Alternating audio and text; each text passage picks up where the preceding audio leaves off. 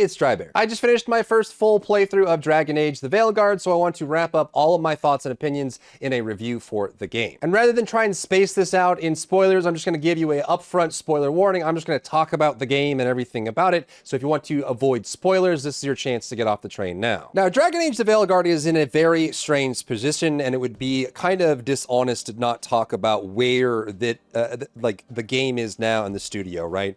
BioWare has been struggling to release a title that has been at least like unwashed mass success, I mean, reaching large groups of people. Andromeda was a tough failure for them. They also had a lot of problems with Anthem, and since then they've been trying to recover from that as well. Dragon Age is also a IP that has existed for a long time. Many of its installations were very well received. I mean, Dragon Age 2 and Dragon Age Origins were old RPGs that were very beloved, which means that there were a lot of expectations going into the release of Dragon Age Veilguard. Even Dragon Age Inquisition, which didn't always land with the old Dragon Age fans, was nominated for many Game of the Year awards and was beloved by a lot of people, even though it was quite different from Dragon Age 2, Dragon Age Origins, that sort of thing. And I think the challenge that BioWare is facing with Dragon Age: The Veilguard is very similar to the challenge that many long-standing studios are facing. A great example of this is Blizzard Entertainment with Diablo 4, right? A series that is an existing IP that has fans that have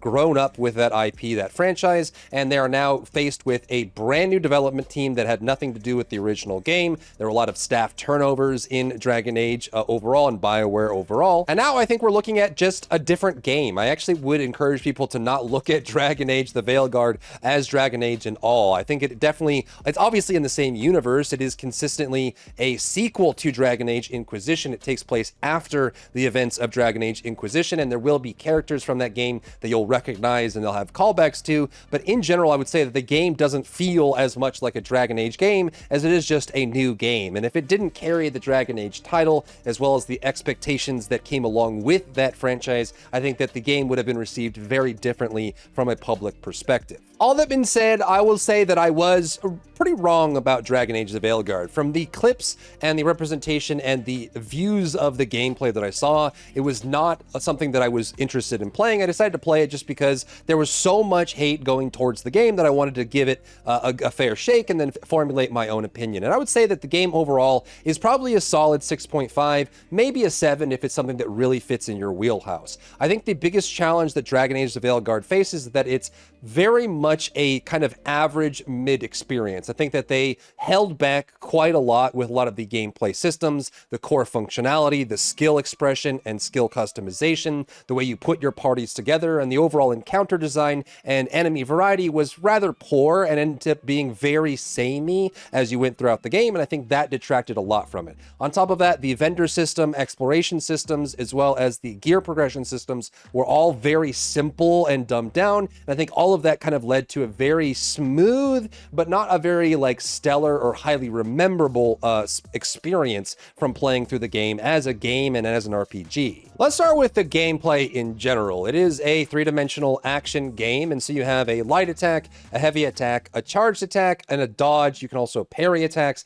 block, and then there's some kind of interactions that you can have with the sequences of events, right? So basic attack combos, when you break the chains, and how you interact with the enemies. It's very straightforward. I would say if you combine it, I mean, it's nowhere near to the level of like a pure like arcade action game like a Devil May Cry, and I wouldn't even put it is in the same category as something that has like a Souls-like for level of interactions and like thought process into the encounters. Most of the encounters are very straightforward. There were definitely some things that from the like gameplay design felt overly simple, and I think that the game probably could have shined a lot more if they had taken the time and effort to do a lot more enemy variety. The enemy you see on screen here, you fight as one of the big scary enemies at the beginning of the game, and you see this enemy probably about 1,000 more times throughout the rest of the game. You see the same enemies over and over, and the variety is very poor. They usually just keep reusing the enemies and then just add in multiples, like something that used to be a boss, they just add, later on in the game, they do 2 at once or 3 at once to try and surprise you, and it just becomes kind of monotonous. I actually found to the point where towards the end of the game, I was starting to skip encounters if they were skippable, because it just felt like I was kind of just doing my chores a little bit. Like, I just had to go through the process of killing the enemies, and it didn't help by the fact that the higher level difficulties in the game, most of the enemies just became very spongy. What they did is they made it so enemies always target you if you're on the hardest difficulty. They never target your companions. They're always just locked onto you. And on top of that, they're just incredibly large damage sponges. They just have so much freaking HP, it is ridiculous. I found myself lowering the difficulty, not because it was too hard, but because it was too tedious and taking too long from that standpoint. I tend to like playing everything on the hardest difficulty. This wasn't like give me God of War or Dante Must Die. This was very much just, okay, this is taking too long and it's kind of annoying with the process you get through. But I think one of the challenges with Dragon Age the Veilguard as well is that as you get to the late stage of the game, when more systems come online and things start coming together, the rune system, all of the passive from your gear, and getting a lot more unlocked through the skill tree, it actually starts to feel a lot better towards the last 20% of the game. And it's also why I wish they had a New Game Plus option, which it doesn't seem like there is one to choose. You just choose a playthrough, you play through, and you finish. If there was a New Game Plus option where you could start the game with end-game viable builds, I think the gameplay and the combat would feel a lot more worthwhile and rewarding, because you'd be able to use all your abilities, use your combinations, you'd have lower cooldowns because of the different effects and bonuses you have in the game, and I think that would help the game feel a lot better. But it doesn't mean that the gameplay overall was inherently bad. It wasn't bad. Like I said, it was pretty much just average or slightly above average. There's definitely moments that I really liked. There's a couple of the boss fights that I very much enjoyed and was like the edge of my seat, dashing around, trying to avoid them. And I think that the encounters would be slightly different depending on what class you were playing, because of the options you have available for being able to parry attacks or combo attacks, or using like agile attacks for the rogue, teleports and control for the mage, or maybe disruption and stagger for the warrior. And I think some of those fights would feel very different as well, depending on what it is that you're running with. Because I was running a mage, I tried to use staff a lot more, which is less parry focused and more dodge focused, as well as using a lot of control spells to deal with enemies, which meant I was dodging a lot, which did kind of put me on the edge of my seat for a lot of the fights. Most notably, all of the dragon fights were pretty satisfying. There was definitely a lot of repetitiveness in the mechanics themselves, but there was one fight in the dragon encounter where you fight both dragons at once. I was playing on the highest difficulty possible at the time, and it was actually pretty satisfying. I had to dodge a lot. I was constantly looking back and forth with the dragons. They were constantly doing different attacks, projectile attacks. There are weak points that show up in these major boss battles, which means that you can punish them by hitting the weak point and dealing damage that way. And you had to keep track of both of them, using everything at your disposal, your rune on cooldown, all of your abilities, your companion abilities, trying to avoid projectiles, breath attacks, knockdowns. You were limited on your heals at the time as well, and they were incredibly aggressive with the difficulty I was playing on, and it was a very satisfying fight. So this fight, maybe one of the end fights as well, were super satisfying, and I think kind of showed off what the combat can be in this game. And I think if they had more encounters like this one, especially on a higher difficulty, I think it would be super rewarding and very fun to play in the overall experience. It's just not all the fights were this good. One fight I can point to is the Algernon's Wrath Golem fight towards the end of the game. This is probably one of the worst RPG or action game encounters I have faced in a very long time, or maybe at least in a couple years. This fight is absolutely trash. Not only is this a reuse of an existing enemy, so you face this golem monster with these, like most of these abilities, like 80% of these abilities, they add a couple new ones to this one to make it feel different, but it's the same animation set, it's the same model, it's the same weakness, it's the same movement as the golems you faced as mini bosses all throughout the game, so you're just facing another one again. But this one they just amped up the amount of HP on the hard difficulty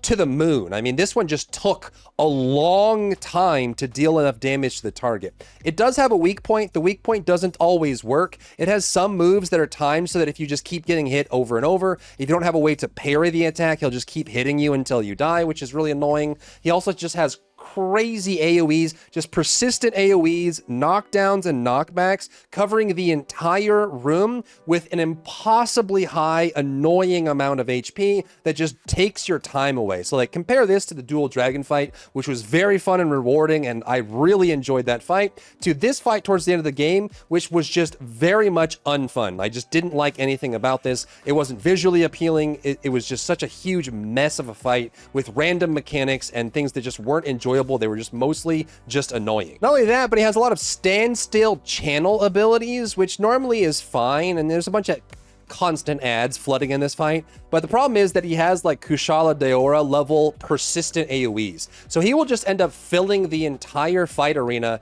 full of large persistent AoEs, and then he'll just stand still and do channel attacks. So if you're playing like a melee character, you're just gonna wait for him. And he also has like invulnerability phases. It is just such an abhorrent fight. And you add this to like the repetitiveness of the monsters that you fight along the way into a fight like this, and I think it really detracts from the experience that Dragon Age Veilguard could have been. Now, there's definitely fights that were very cinematic. When you fight the elven gods that are tied to the story, I think there's definitely some really cool mechanics going on. It definitely suffers from the basics of what this game has, but it actually is quite rewarding and is a good way to flex your abilities as well. If you're playing a parry build, he does have a lot of parryable attacks. If you have more of an AoE build or skill-based build and combo build, all those can shine against them, and I think that overall these fights felt cinematic. There's a lot of like MMO level encounters and mechanics going on screen, and plenty of things to do, which I think was quite rewarding and quite satisfying if you played into what that role in fantasy was. The other gripe I had with the overall skill customization was that a lot of the skills were, I think, a little lower than what they could be. So let me talk about what I mean by that. A lot of the skills that you see in the game are very much just AoEs, and I think that the simplicity of them can make it easy to understand and easy to make builds. And obviously the combo system, being able to apply sundered or overwhelmed or weakened and then detonate those effects in combination with your companions, gives you some expression, which is nice as well. But the thing, I feel like they could have gone a lot further with many of these abilities. Most of the abilities for all three classes in the game are effectively just AoE destruction abilities. They just do AoE, and they either do some kind of control effect or just AoE damage, and they apply or remove something from the enemy. But I feel like there could have been a lot more room for unique abilities, right? I was expecting, especially with a fantasy game like this, being able to have summons. If they have a system where you can summon, you have companions in the fight, they have AI that functions with those companions, they have AI for the enemies, they obviously have a fleshed out AI system. It would have been great to be able to summon elementals or be able to summon golems or undead or something that goes along with you. The only summon you can do is the rogue turret that you can place down, which stands in place and fires at enemies. But I was really looking forward to, with some of the mage options, being able to have some, like, even with the like the death collar, all the abilities are just a big AoE like drain, like a drain life effect that just does AoE damage. There's not really anything super special there.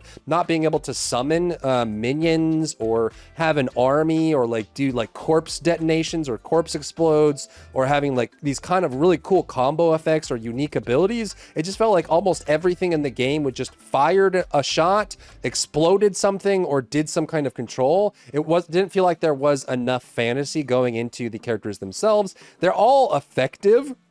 I mean, you can combine any of these abilities together and they're quite strong. You can do a lot of damage, but I guess I was just looking for more that I could play around with the classes available in the game. Now, by the end of the game, you can combine together all of your gear, and I think this is why they should have had a new game plus option for the game. I'm pretty sure they didn't. I haven't been able to find it anywhere. I don't, maybe I'm mistaken there, but I don't think they have.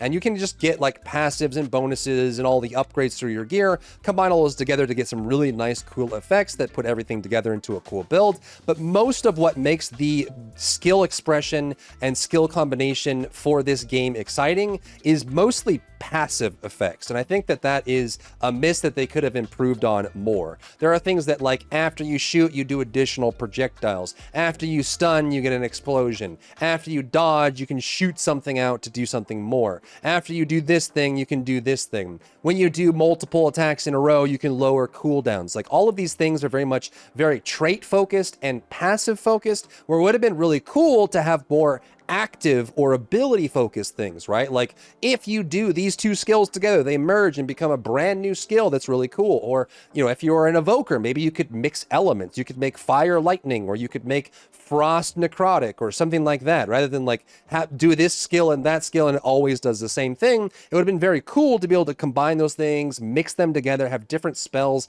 have familiars or elementals you could put together if you were a warrior, being able to mix things up. And that kind of leads itself into the gear progression progression as well. I think that the overall gear progression was effective, but it wasn't really something that I was like excited about most of the time, mostly because it's just an upgrade system. You're just finding duplicates like you would in like a card game or a basic like auto battler, finding duplicates, putting them together, and then getting more passives and more bonuses. Like using an ability applies burning. You can get all these kind of things triggered there. But again, it's just more passives, more traits to apply to your already existing build, which didn't make it more complicated, but it just kind of gave you a little bit more to the build to make it a little stronger, which again is effective, but I don't think is as exciting as it could have been. Art style wise, I would say the graphics are actually pretty good. They were off-putting for me in the beginning. I think that's part of that's just the proportions of the characters. Something about the proportions of the characters made me feel like they were all shorter than they actually were.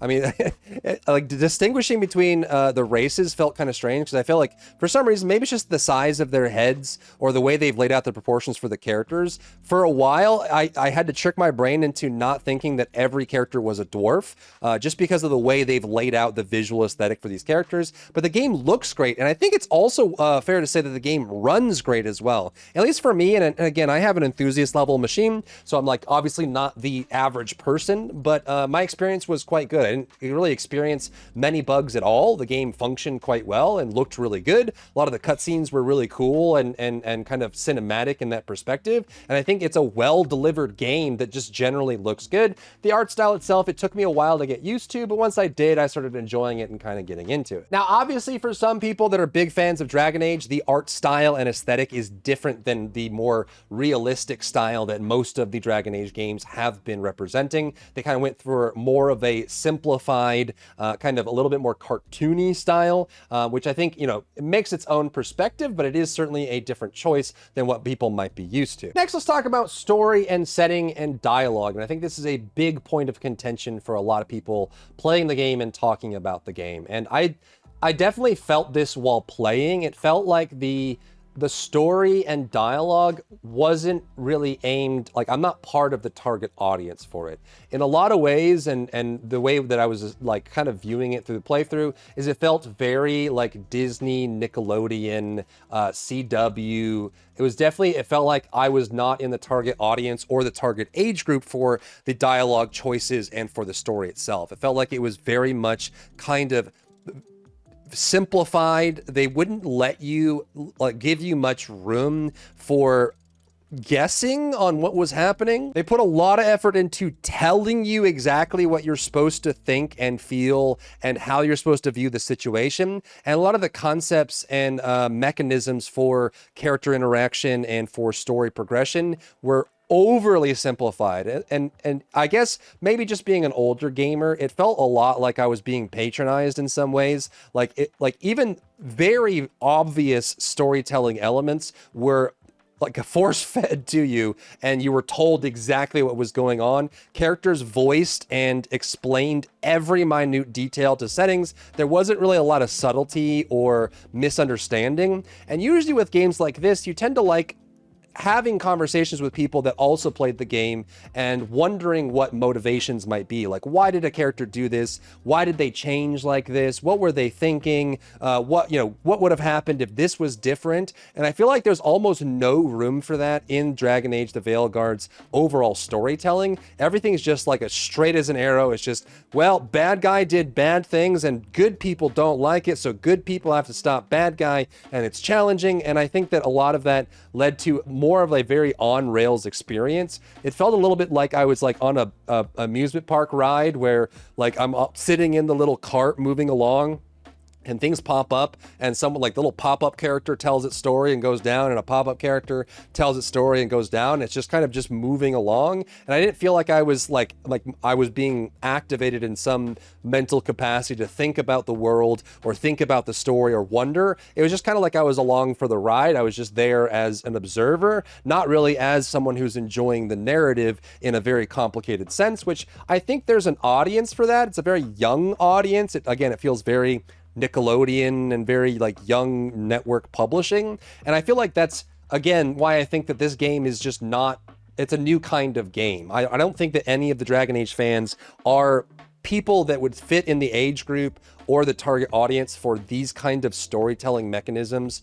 or style of storytelling would enjoy that sort of thing. And I think that it's a well-delivered game that I think is well made, and if they continue to make games like this, they probably will find some success. It'll just be with a different audience than the one that's already there, and I think that's why they're getting a lot of the frustrations from the public at the current moment. I also, even if you're going to be targeting a younger audience for the storytelling aspects, I wish they were a little bit less I don't know. I guess I wish they were more eloquent in how they delivered some of the things. The example I want to use here is one, they have the same mechanisms that they had in like Mass Effect, where you have to flesh out your companion stories and help them through their process to make sure that they're fit for fighting towards the final battle. And then doing that or not doing that can have consequences in the final fight. But there was one character, Tosh, which was the Dragon Slayer, that had, I didn't flesh out her story, like I didn't finish her companion story when I went to the end, and she ended up dying because of it, which, that's a consequence that can happen. But the message that popped up on screen to me is just something that it just felt so odd and out of place that almost ripped me completely out of the end of the world, apocalypse, fantastical world, magic and swords kind of battle. Is that when she falls, you get a pop-up on the screen that shows up and says this: Tosh was uncertain due to unfinished family business and died in battle. And I think that like this one is just so out of place and odd to me. I had to pause the game and like take this in for a second. It wasn't that like Tosh was distracted and she missed a hit, or Tosh she didn't have the weapon that she needed to break through a certain armor piece. She wasn't the right person for the job. There was like some power that she needed to unlock that didn't unleash her full fury. It quite literally said that unfinished family business is what killed her. She didn't have enough conversations with her mother, and because of that, she died in the final battle to save the whole world during Armageddon. And things like that just, I don't know, it takes away my immersion. And I don't necessarily have any issue with this being a driving point for her as a character. I think that, especially when it comes to emotional problems and challenges, there's always going to be, it comes out awkward, it comes out weird. I generally didn't feel like there was any huge blockers there, but to say that she didn't survive in battle because of this, it logically, emotionally, and as someone playing a fantastical game, it just felt so weird and out of place, and it made me feel like, again, like I was watching some kids show or like being told a bedtime story. And there were definitely times in the dialogue where it just felt like either my choice didn't matter or the conversations that were being had between characters were just, I don't know, they were just so surface level and a little bit cringe. And again, there were situations where the cringe was okay, like a lot of the romantic moments. Flirting can be awkward, I get that sort of thing. But a lot of times it felt like they would just say things randomly that didn't make any sense in the context, that were just about them, right? We would be talking about random like darkspawn or bad things happening, and then all of a sudden they would just jump to a personal issue that they had that they wanted to talk about right in that moment, and it just didn't feel very fluid. It wasn't even an intimate moment. It was like a moment with a group of people, and they just blurted it out for no reason. And there's just so many times where it just felt like, again, I had to tilt my head and wonder, why is this here, and why are we talking about this now? Not that there's anything wrong with talking about those sort of things. It's just that the placement and timing always felt kind of odd. The best way I can put it is, a lot of times it felt like the writer was in the room with us. It felt like that with the dialogue choices and with what was happening, it was like the writer was telling you what was going on rather than you experiencing it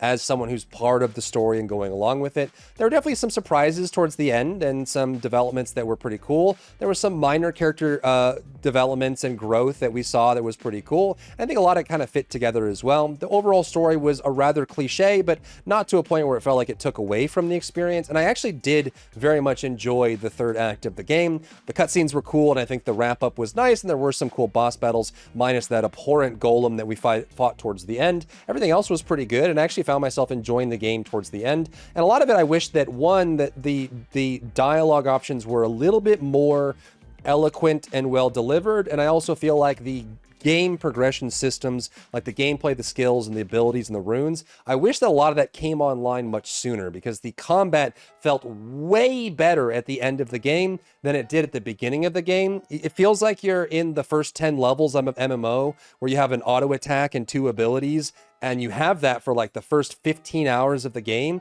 and it's very slow and oversimplified. But once you get a lot of traits and passives stacked up through your talent tree, through your gear, and you have runes for really cool combinations, the combat starts getting better and better. And that's why I wish they had a New Game Plus, so that you can actually wrap back around with a fully fleshed out character and then play through the game with that kind of combat style, so you're not forced to slog through the low level experience with almost nothing going for your combat style other than spamming auto attacks and using an ability every 30 seconds. So those are my thoughts on the Dragon Age, the Veilguard. I think, like I said, it sits at about a 6.5 for me. It wasn't stellar. It's a little bit more memorable than some games that were kind of sitting at an average level. And I think that I'm actually encouraged on, if they do another Dragon Age after this, if they can improve on the weaknesses of this game and also just be a little bit more bold with their decisions, like make the gameplay a lot more extensive, make the choices in your playstyle and customization more in depth, give us more expression for abilities,